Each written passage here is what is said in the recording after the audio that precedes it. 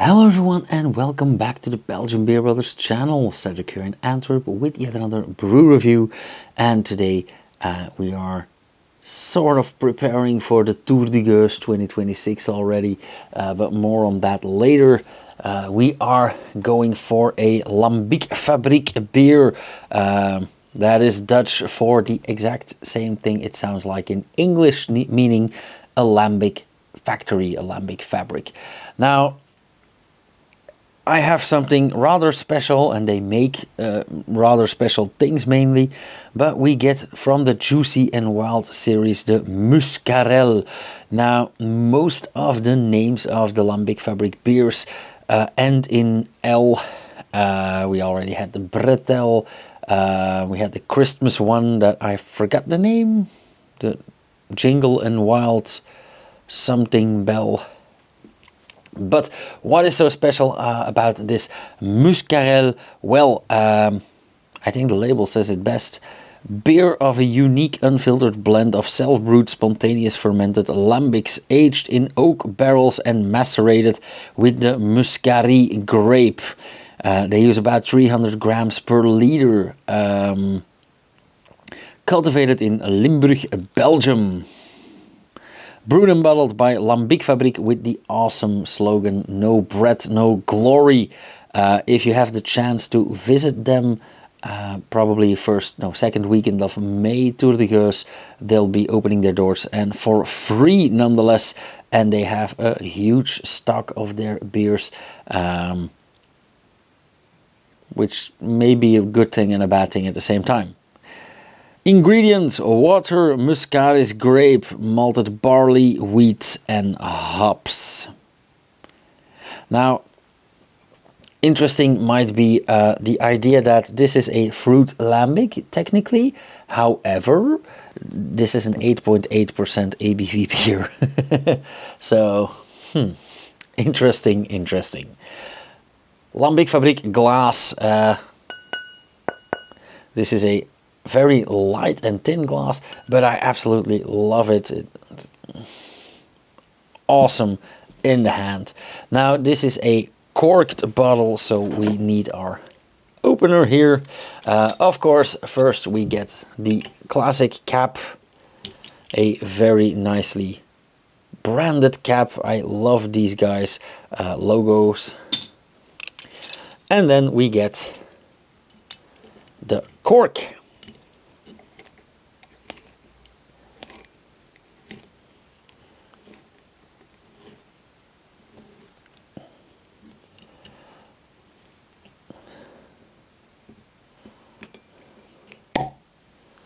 Ooh, nice and active.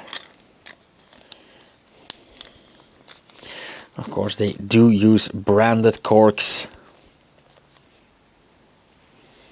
And honestly, I think that they are one of the few fabricators that still use natural cork and not synthetic cork. This has advantages and disadvantages. That's for another video, but I think it is worth mentioning. Okay. I have been looking forward to this for quite a while, because that combination of lambic and grape,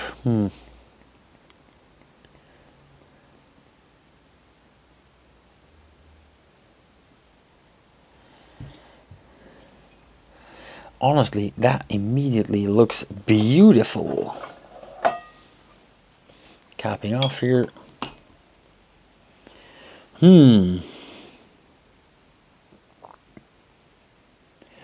Very highly carbonated, more than I expected. But a beautiful straw yellow / golden color. A lot of bubbles, nice, thick, medium density foam.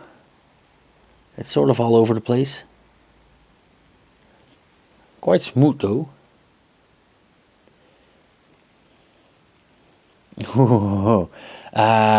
Yeah, exactly what you would expect from a classic lambic, being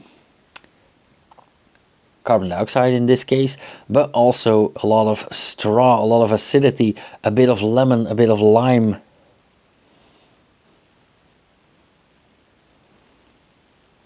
Yeah, a bit like stable, but in a good way, of course. Quite dry.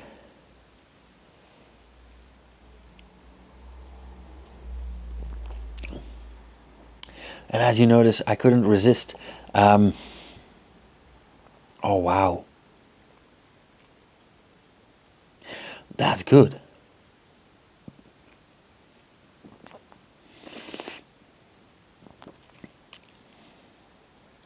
Ooh, this is funny. This has some extremes and a lot of balance at the same time, which I am not used to. First things first. Just like the scent, the aroma, the flavor also has a lot of straw, a lot of carbon dioxide, acidity, lemon, loads of lemon.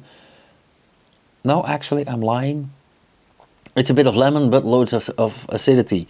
But at the same time, it gets a certain heaviness, a certain gravitas from the grapes, and those grapes get a heavy flavor, but at the same time some sweetness and some fruitiness as well.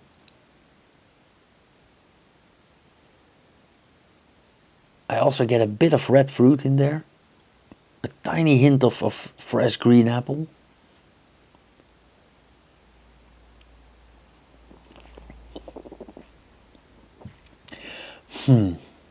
And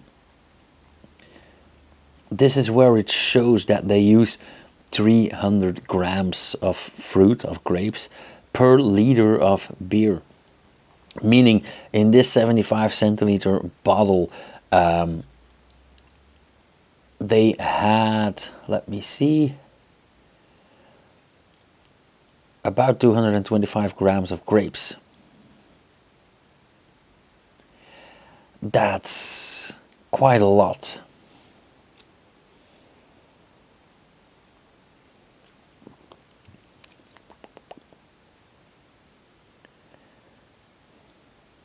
But the end product is sublime. I actually really enjoy this. And I think that I have a bunch of wine-loving friends that will love this as well.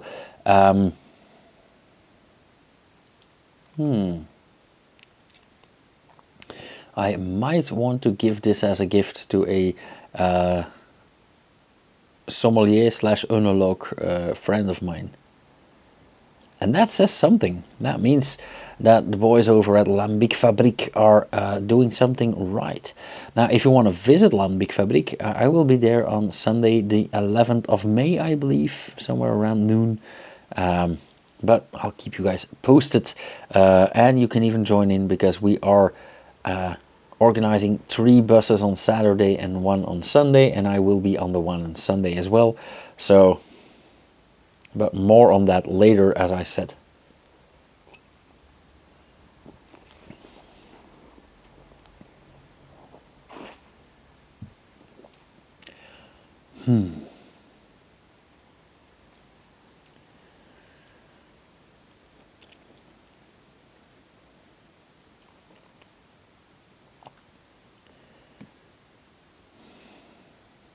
This aftertaste is also so interesting.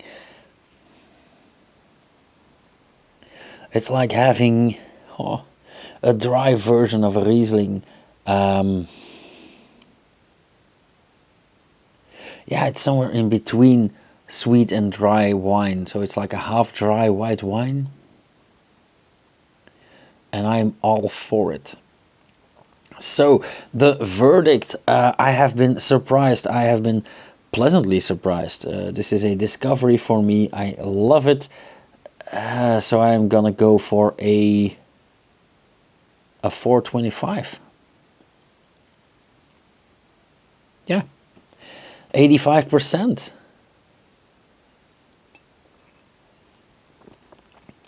and absolutely deserved, in my humble opinion. Yeah, thank you guys again for watching. If you want to see more, subscribe, hit the bell icon, you'll get notified whenever I upload something.